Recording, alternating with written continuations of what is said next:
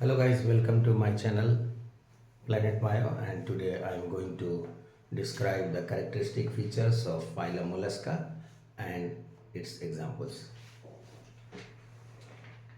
Phylum Mollusca.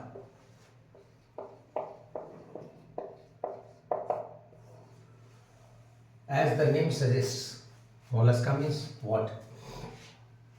Mollusca means soft bodied animals with shell. Soft bodied animals with shell. ये shell हो भी सकता है और नहीं भी हो सकते हैं, लेकिन बॉडी तो सॉफ्ट होगा ही। शेल कैल्केरियस होता है, ये देखा गया, कैल्शियम कार्बोनेट का बना हुआ होता है। अब इसका बॉडी कैसा होगा, थोड़े बॉडी फीचर्स के बारे में बात कर लेते हैं। बॉडी फीचर्स कैसा होगा? ये ट्रिप्लोब्लास्टिक होते हैं, सबको मालूम है। इसका मतलब कि इसमें 3 जर्म लेयर्स होते हैं, एक्टोडर्म, मेसोडर्म, एंडोडर्म, तीनों। दूसरी बात, ये सिलोमेट होते हैं, ट्रू सिलोम इसमें बनता है, क्योंकि इसके एम्ब्रियोनिक बॉडी कैविटी में दोनों तरफ लाइनिंग मेसोडर्म की स्प्लिटिंग से बनते हैं। चौथी बात यह है कि ऑर्गन सिस्टम ग्रेड, कैसा grade? Organ system grade of organisation इसमें देखा जाता है।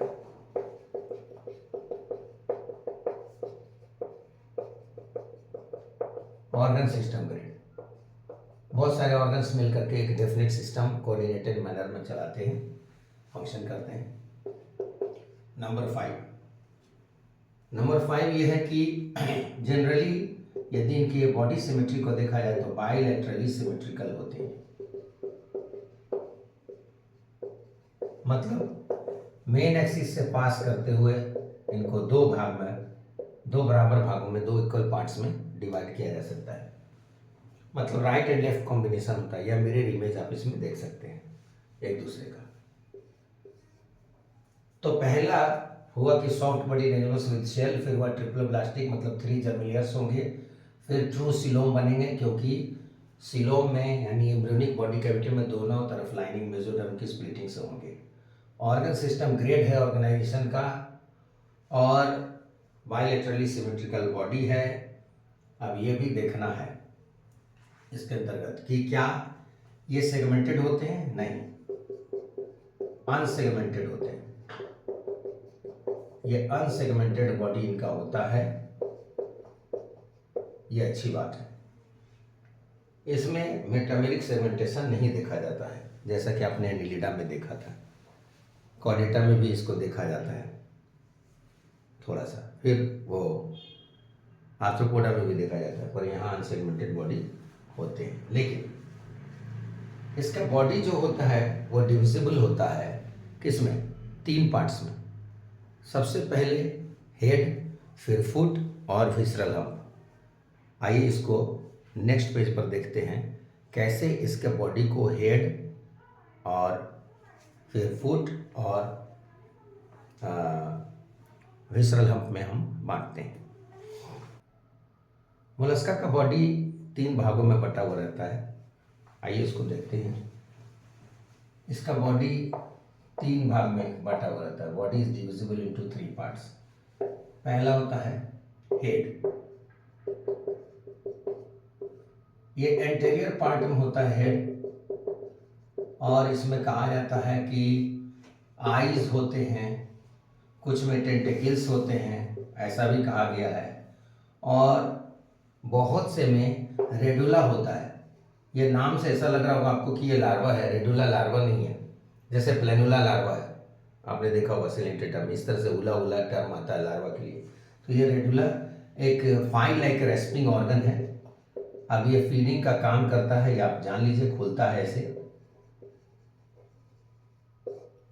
ये फीडिंग ऑर्गन का काम करता है रेडुला, इसको आप अच्छी तरह से समझ लीजिए। और ये रेडुला कहीं कहीं नहीं भी पाया जा सकता है, जैसे कि वाइवाल्विया में, पेलिसिपोडा। अब तो इतना अधिक पढ़ाया नहीं जाता अप टू क्लास, आप यूँ याद रखिए कि पर्ल ओइस्टर में ये नहीं होता, बाकी सब जगह होता है। सभी में, जनरली सभी में पाया जाता है, लेकिन पर्ल ओइस्टर में ये नहीं पाया जाता है। पर्ल ओइस्टर का नाम होता है पिंटाडा वल्गरिस, जिससे मोती प्राप्त आप करते हैं। तो इस पर्ल ओइस्टर में ये नहीं प्राप्त होता है। अब हेड के बाद दूसरा नंबर आ जाता है यहाँ पर फूट। यह फूट जो होता है ये वेंट्रल होता है और मस्कुलर होता है।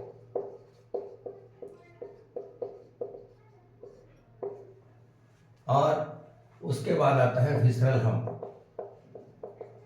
विसरल हम्प ये एक ऐसा स्ट्रक्चर है जिसमें बहुत सारे इंटरनल ऑर्गन्स यानी विसरल ऑर्गन्स पाए जाते हैं।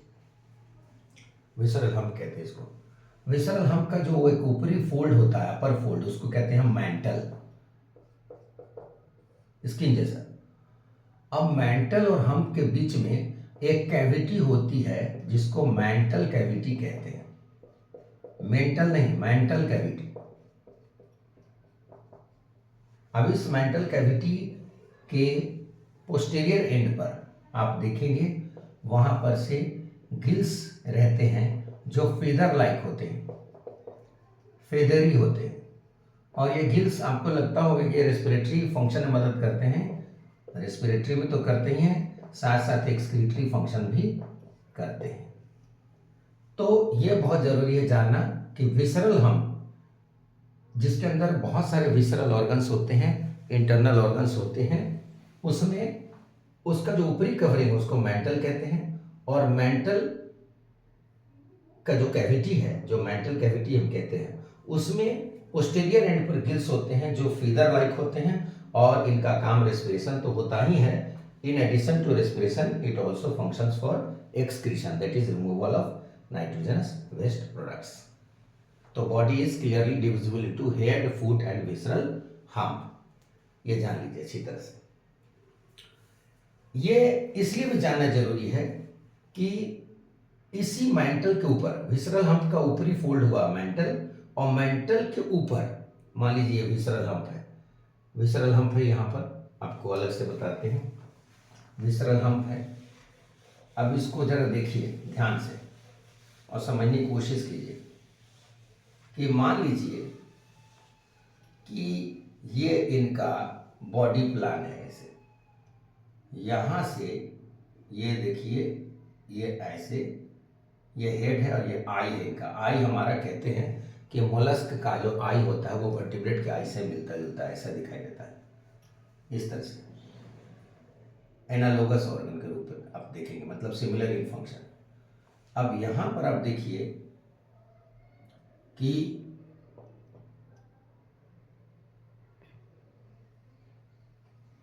ये इस तरह की रचना बनेगी, देख लीजिए।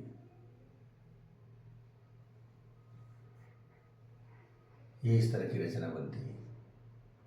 ये इसका ऊपर हिस्सा ये ऐसे होता है। ये हेड हो गया जो कि इंटीरियर है, और यहाँ पर ये माउथ है और यहाँ रेडुला है। आई बहुत वेल डेवलप्ड है, और ये फुट मस्कुलर है, वेंट्रल है, और ये आपका हो गया विसरल हम्प।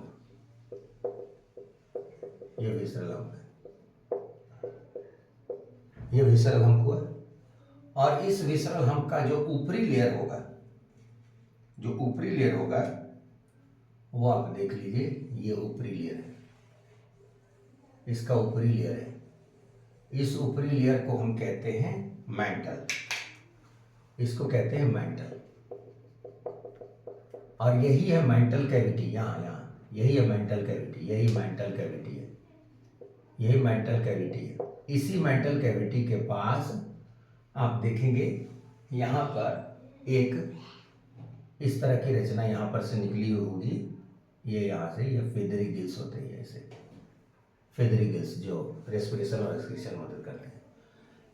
किसी किसी मोलस्क में ऐसा होता है कि ये हम्प और मेंटल, यहाँ पर मेंटल कैविटी हो गया, विसरल हम्प हो गया, विसरल हम्प और मेंटल कैविटी के बीच में, विसरल हम्प और मेंटल के बीच में मेंटल कैविटी हो गया, और उसमें फेदरी गिल्स हो गए, और उनका काम हो गया रेस्पिरेटरी और एक्सक्रीटरी। लेकिन कुछ मोलस्क में यहाँ पर सेल का निर्माण होता है।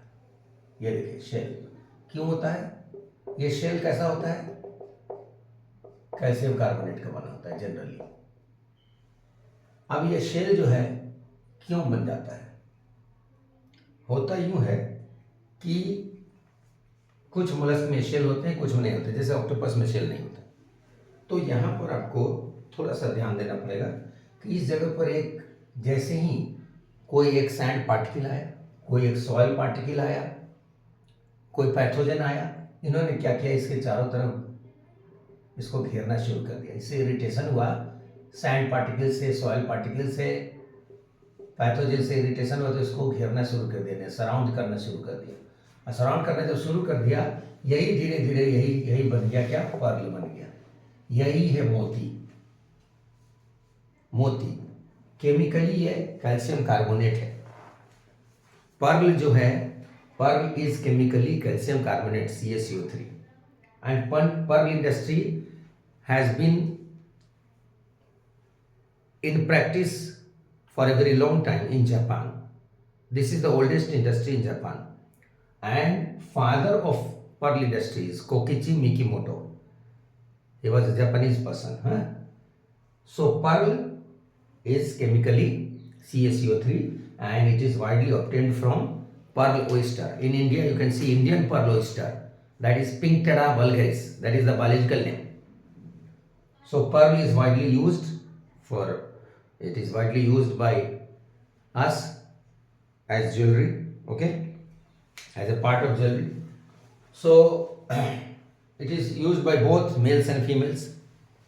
और कहते भी हैं, जहाँ तक ज्योतिष एस्ट्रोलॉजी की बात है, अध्यात्म की बात है, कि इसका ठंडा असर होता है, इफेक्ट होता है। जिन लोगों को बहुत जल्दी गुस्सा आता है उनको ये पर्ल शायद पहनाया जाता है, ऐसा बताते हैं। अब वो अलग बात है, लेकिन यहाँ पर यह जानना जरूरी है। तो ये इंडियन पर्ल ऑयस्टर आप जितने भी देखते होंगे, जो सी कोस्टल एरियाज हैं हमारे भारत के, वहाँ पर भी अवेलेबल होंगे। तो ऐसा भी चलता है।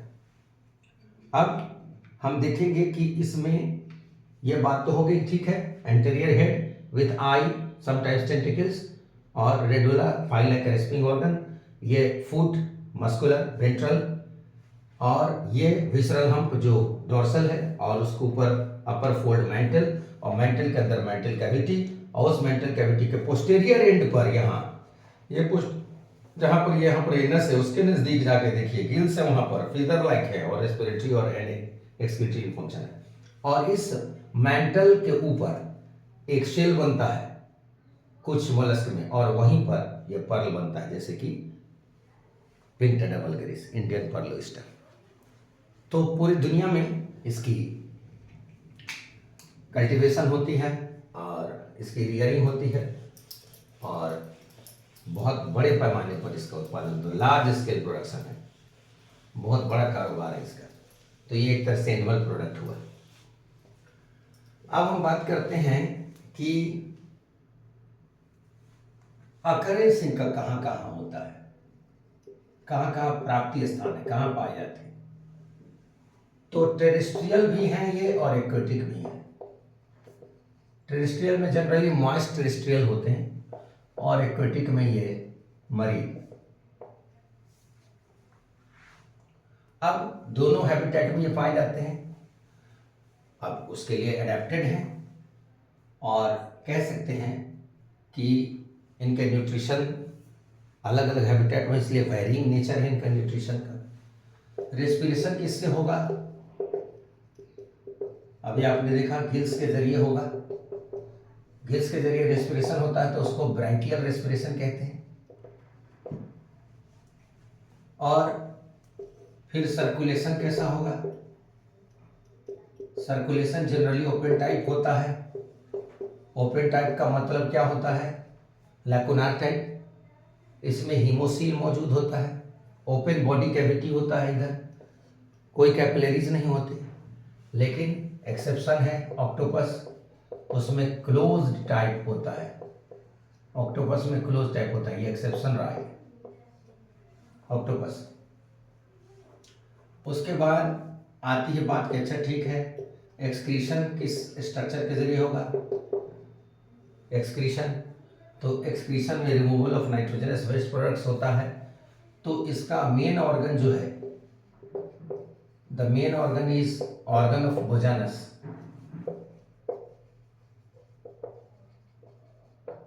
और साथ में ये गिल्स तो मदद करती हैं, पर एक एसेसरी ऑर्गन भी है, हेल्पिंग ऑर्गन, और उसका नाम भी लिखा जाए, नोट किया जाए, ये केवर्स ऑर्गन होते हैं एंड पेरिकार्डियम भी होते हैं, यह मदद करते हैं इनको एक्सक्रीशन को। ठीक है, अब एक्सक्रीशन के बाद अब नंबर आ जाता है कि अच्छा ठीक है, लोकोमोशन कैसे होगा भाई? तो लोकोमोशन वही मस्कुलर फूट के जरिए होगा। अब ये फूट जो है कई तरह के हो सकते हैं, कई संख्या में हो सकते हैं, लेकिन मस्कुलर होंगे और वेंट्रल होंगे, ये तय बात रही। तो फूट इसमें है। अब इसके बाद इसमें एक खास चीज कि सेंसरी सिस्टम की बात करें तो हम पाते हैं कि इसमें एक केमो रिसेप्टर होता है, नाम है ऑस्फ्रेडियम। ऑस्फ्रेडियम एक रिसेप्टर ऑर्गन है और ये केमिकल नेचर ऑफ वाटर को चेक करता है, केमिकल नेचर ऑफ वाटर को चेक कर लेता है। ये अच्छी बात है, उनको पता चल जाता है कहां पर क्या है। इस तरह से नर्वस सिस्टम में ध्यान देने की बात है।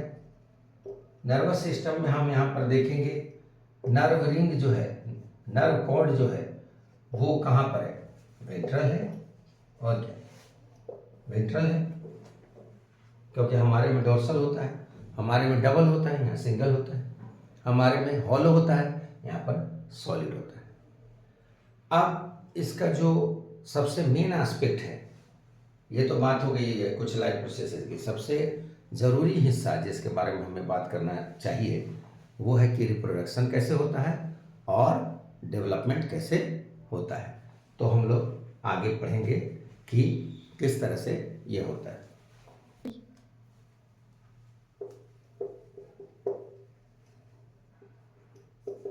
Now the most important aspect or life process, reproduction, that is for continuity of a species, dioecious condition is seen.